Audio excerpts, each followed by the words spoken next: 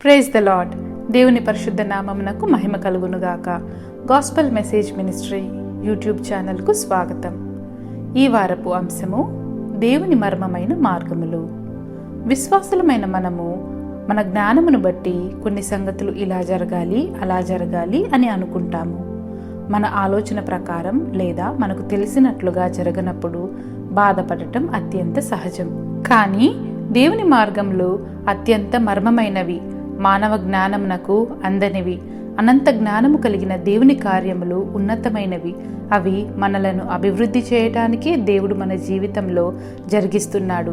కానీ మనలో కొంతమంది ముందస్తు ఆలోచనలతో, ఊహలతో ప్రార్థిస్తారు. అటుపై తమ ఆలోచనలకు, ఊహలకు విరుద్ధంగా పరిస్థితులు సంభవిస్తుంటే నిరాశ పడిపోతారు. ఉదాహరణకు, ఒక గణిత సమస్యకు 2-3 విధానాల్లో సమాధానం కనుక్కునే అవకాశం ఉండవచ్చు. విద్యార్థికి ఒక రకమైన విధానమే తెలిసి ఉండవచ్చు. కానీ టీచర్కు ఆ సబ్జెక్టు మీద ఉన్న జ్ఞానము ఎక్కువ గనుక మరికొన్ని విధానాలు తెలిసి ఉండవచ్చు. అలా అని విద్యార్థి టీచర్ను నాకు తెలిసిన విధానంలోనే సమాధానం చెప్పమనటం అతని జ్ఞానమును ఆపివేస్తుంది. అలాగే విశ్వాసి కూడా దేవుని మార్గములను ప్రతిఘటించటం, తాను అనుకున్నట్లుగా జరగాలనుకోవటం కూడా అటువంటిదే. ఉదాహరణకు, నీ జీవితంలో ఒక సమస్య తీరాలంటే పలానా విషయాలు జరిగితే నా సమస్య తీరుతుందని నీ జ్ఞానమును బట్టి ఆలోచించి ప్రార్థిస్తుంటావు. కానీ వాటికి విరుద్ధంగా సంఘటనలు జరిగితే కంగారు పడిపోయి విశ్వాసంలో వీగిపోయే అవకాశం ఉంది కదా. కానీ దేవుడు తన జ్ఞానం చొప్పున మరో విధంగా నీ సమస్యను తీరుస్తున్నాడని విశ్వసించాలి. ఎర్ర సముద్రము ఎదురుగా ఉండి ఫరో సైన్యము తరుముతూ ఉన్నప్పుడు ఇశ్రాయేలీయులు మాత్రం ఊహించారా సముద్రంలో ఆరిన నేల మీద నడుస్తామని? వారు పాటలు పాడుతూ దేవుణ్ణి స్తుతిస్తూ ఎరికో గోడల చుట్టూ తిరిగితే బలమైన ప్రాకారాలు కూలిపోయి ఆ దేశం తమ వశమవుతుందని వారికి మాత్రం తెలుసా? దేవుని మార్గములు అసాధారణమైనవి, ఎంతో అద్భుతమైనవి. ఆయన మహిమ నీ జీవితంలో నిరూపించి తద్వారా నీ విశ్వాసమును మరింత పెంచటమే ఆయన ఉద్దేశం. ఆ విధంగా నిన్ను మరింత దగ్గరగా చేర్చుకోవటమే ఆయన కోరుకుంటున్నది. అంతలోనే అలిగిపోతావా? కాస్త ఆలస్యానికే కుంగిపోతావా? నువ్వు ఊహించినట్లుగా జరిగితే నీ విశ్వాసం బలపడుతుందా? దేవునికి మహిమ కలుగుతుందా? బైబిల్ నుండి ఒక సంఘటన చూద్దాం. సిరియా రాజ్యానికి సైన్యాధ్యక్షుడైన నయామాను కుష్ఠరోగంతో బాధపడుతూ ఉండగా దేవుని మహిమ ద్వారా ఇశ్రాయేలుపై విజయం పొందిన తర్వాత బానిసగా కొనిపోబడిన ఒక అమ్మాయి ఇశ్రాయేలు రాజ్యంలో ఉన్న ప్రవక్త ఎలీషాను దర్శిస్తే నయమాను కుష్ఠు నయమవుతుందని అతని భార్యకు చెప్పుట ద్వారా నయమాను ఎలీషాను కలుసుకుంటాడు. ఎలీషా తన మీద చేతులు ఉంచి ప్రార్థిస్తే తన కుష్ఠు నయమవుతుందని నయమాను అనుకుంటాడు. కానీ ఎలీషా కనీసం తన గుడారంలో నుండి బయటకు రాకుండా తన అనుచరుడితో నయామాను యోర్దాను నదిలో 7 మార్లు మునిగి శుద్ధుడవు కమ్ము అని వర్తమానం పంపుతాడు. 2వ రాజులు 5వ అధ్యాయము 11-12 వచనములు. అందుకు నయామాను కోపము తెచ్చుకొని తిరిగిపోయి ఇట్లనెను, అతడు నా యుద్ధకు వచ్చి నిలిచి తన దేవుడైన యెహోవా నామమును బట్టి తన చేయి రోగముగా ఉన్న స్థలము మీద ఆడించి కుష్ఠరోగమును మాన్పునని నేననుకుంటిని. దమస్కు నదులైన అబానాయును, పర్పరును ఇశ్రాయేలు దేశములోని నదులన్నిటికంటే శ్రేష్టమైనవి కావా? వాటిలో స్నానం చేసి శుద్ధి నొందలేనా అని అనుకుని రౌద్రుడై తిరిగి వెళ్ళిపోయెను. ఈ వచనములలో నయామాను కోపగించుకొని వెళ్ళ నిశ్చయించుకోవటం చూడవచ్చు. తాను అనుకున్నట్లు ఎలీషా తనను చూడటానికి బయటకు రాలేదు, మరియు తాను ఊహించినట్లుగా తన మీద చేతులుంచి ప్రార్థించలేదు. నయమాను ఇశ్రాయేలుని జయించిన పొగరుతో వచ్చాడు. బాగుపడితే ఎన్నో కానుకలు ఇస్తాను కదా అన్న గర్వపు ఆలోచనలు కలిగి ఉన్నాడు. దేవుని మహిమ ద్వారా ఇశ్రాయేలుని జయించాడని తను ఎరుగడు. నేను జయించిన దేశమే కదా అనుకుని ఇశ్రాయేలు నదులలో నీటిని సైతం తక్కువగా చూస్తున్నాడు.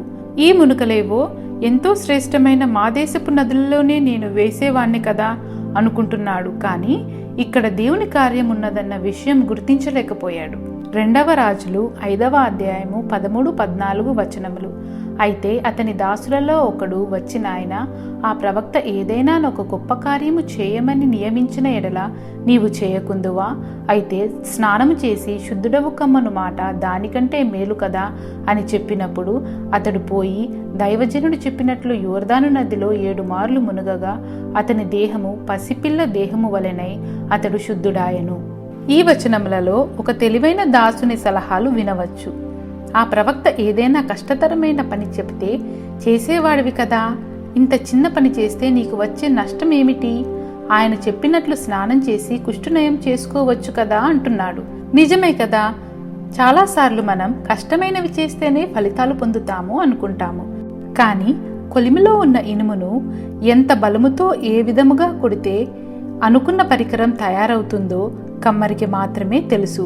ఎంత కష్టంతో కార్యం జరిగిస్తే నీ విశ్వాసం బలపడుతుందో, ఆయనకు మహిమ కలుగుతుందో దేవునికి మాత్రమే తెలుసు. ఇలాగే జరగాలి, అలా జరగటం లేదు అని కోపగించుకుంటే ఎలా? కొన్నిసార్లు సులభంగా అవుతుందనుకున్నవి కూడా కష్టతరంగా మారవచ్చు. అందులో దేవుని హస్తం ఉందని గుర్తించాలి, వేచి చూడాలి. నయామాను ఎలీషా చెప్పిన విధముగా చేసి పసివాడి మాదిరి చర్మమును పొందుకున్నాడు. అప్పుడు గాని దేవుని మహాత్యమును గుర్తించలేదు. తాను అనుకున్నట్లుగా ఎలీషా బయటకు వచ్చి తనను ఆహ్వానించి చేతులుంచి ప్రార్థిస్తే తన గర్వం అణిగేదా? దేవుని యందు విశ్వాసం పెంచుకునేవాడా? చక్రవర్తి సైన్యాధిపతిని గనుక నాకు గౌరవం ఇస్తున్నాడు, నేను కోరుకున్నట్లే ప్రార్థించాడు అనుకుని తెచ్చిన కానుకలు ఇచ్చి వెళ్ళిపోయేవాడు. 2వ రాజులు 5వ అధ్యాయము 15వ వచనము. అప్పుడతడు తన పరివారంతో కూడా దైవజనుని దగ్గరకు తిరిగి వచ్చి అతని ముందర నిలిచి, చిత్తగించుము, ఇశ్రాయేలులోనున్న దేవుడు తప్ప లోకమంతటి యందును మరి ఒక దేవుడు లేడని నేనెరుగుదును. మరియు 17వ వచనము.